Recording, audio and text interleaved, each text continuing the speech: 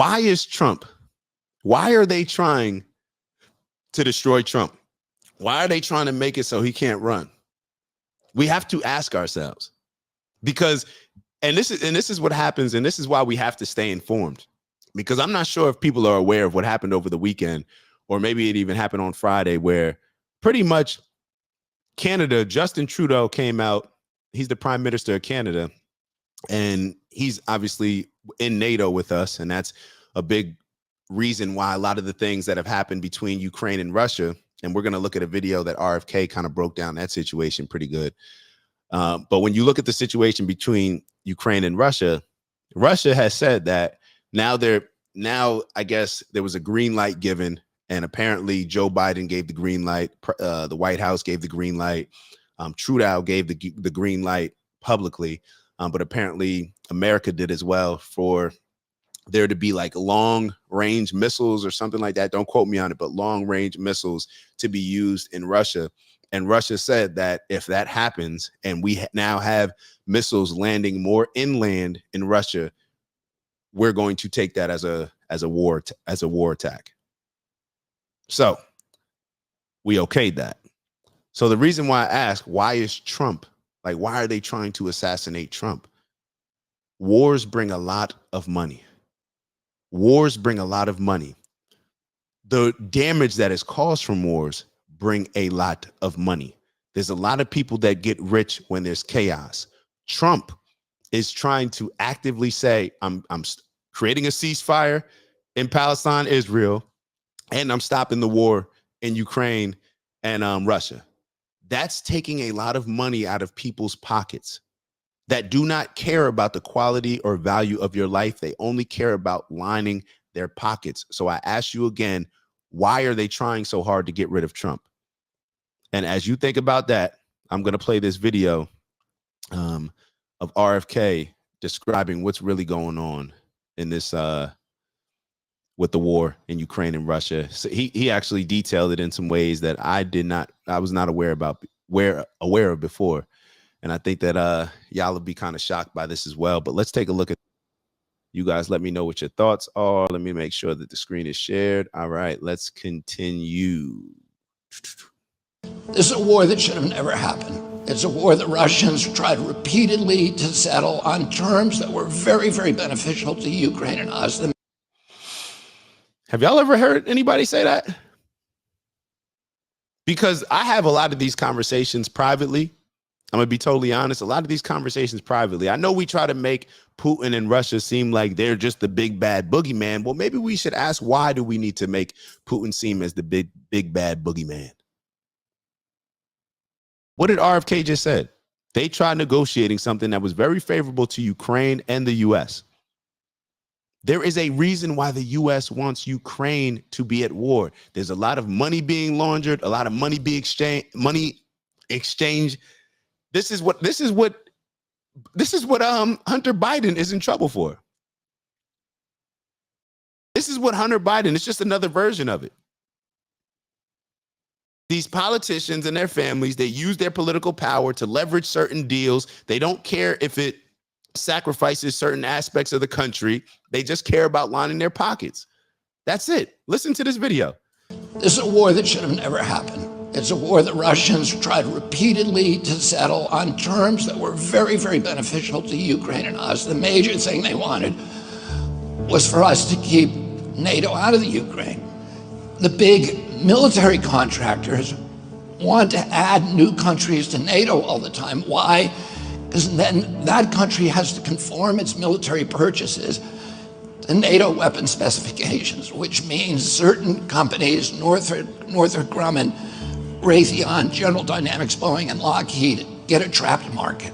In March of 2022, we committed $113 billion. Just to give you an example, we could have built a home for almost every homeless person in this country. We then committed another $24 billion since then, 2 months ago, and now President Biden is asking for another $60 billion. But the big expenses are going to come after the war, when we have to rebuild all the things that we destroyed. Mitch McConnell was asked, can we really afford to spend $113 billion to Ukraine? He said, don't worry. It's not really going to Ukraine. It's going to American defense manufacturers. So he just admitted it's a money laundering scheme. And who do you think owns every one of those companies? BlackRock. So Tim Scott, during the Republican debate, said, don't worry, it's not a gift to Ukraine, it's a loan.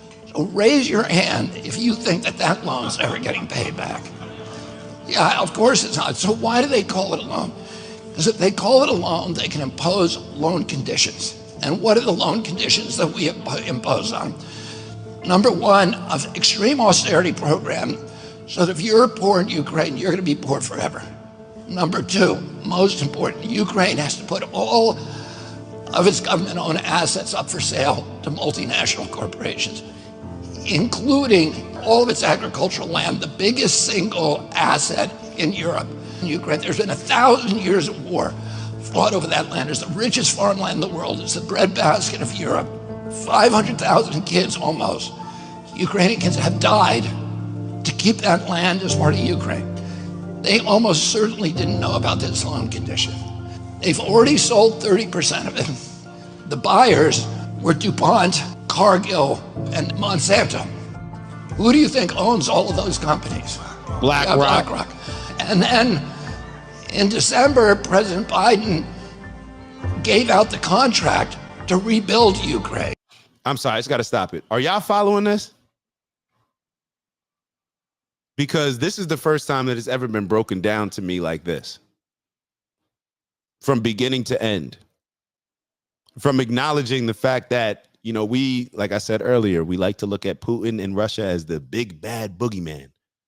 But in all actuality, what did Putin do wrong? I'm just asking. No. I'm really asking. Because it seems like, and I may be totally mistaken, but just breaking it down for, you know, so my average mind can process it.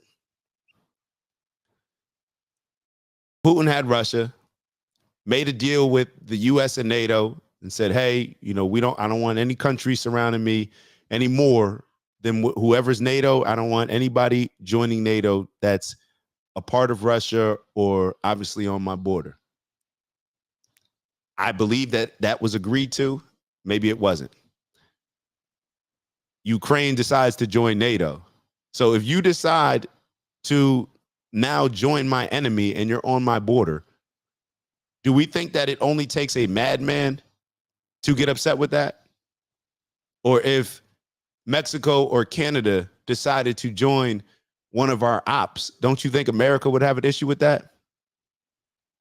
I'm just asking. So maybe I'm understanding it wrong, but RFK Jr. seems to be saying similar things and breaking it down in a way that makes it very easy for me to understand. So I just wanted to, is this the same thing for y'all? Because I did not know a lot about the Ukraine and Russia situation. It was very confusing to me. I just didn't understand it. And I never really did the due diligence and research in it. I just didn't understand why we were involved, or a lot of things about it I just didn't understand. But what does Squeeze always say? Follow the money. And that's what ends up, you know, in most cases, leading you to more understanding of why this is happening and allows us to connect some of those dots. And who do you think got that contract? BlackRock. So they're doing this right in front of us. They don't even care that we know anymore, because they know that they can get away with it. And how do they know that? Because they have a strategy. And that strategy is an old strategy, which is they keep us at war with each other. They keep us hating on each other. They keep the Republicans and Democrats fighting each other, and black against white, and all these divisions that they sow.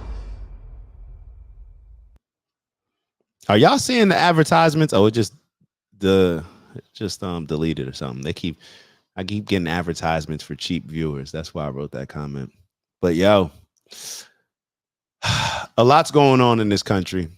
A lot's going on in this country. And let me ask y'all this. Can you imagine if the average person who only watches their news on the news, or the average person who's just kind of just living life, not saying average in a bad way at all, but can you imagine the type of person that's not as involved in politics, the type of person that's not going to tune in and have a convo with me for hours 3-4 times a week? where we discuss a lot of these topics. Can you imagine the people that are not doing that, how misguided and manipulated they can become? We don't know what's real. We don't know what's true. Like everything is completely, like we have to question everything. And what Democrats and Republicans have caused with so much extremism is the fact that now it doesn't matter what's said. We just believe what we want to believe. If it's something that's said that disagrees with our current stance, then we will totally disregard it. It's fake news, no matter what side we're on. So now we're just rooting for something like fanatics without any understanding or any proper way of figuring out who's telling us the truth, who's standing on the things that they say they are, who's pushing what agendas. We don't even know what policies people are pushing. Y'all heard it earlier. Kamala doesn't have any policies on her page, on her website. I didn't see any. And when she does announce a policy to us, we don't even know whether or not we can believe it. Let me give y'all an example. Hold on. Are y'all seeing that?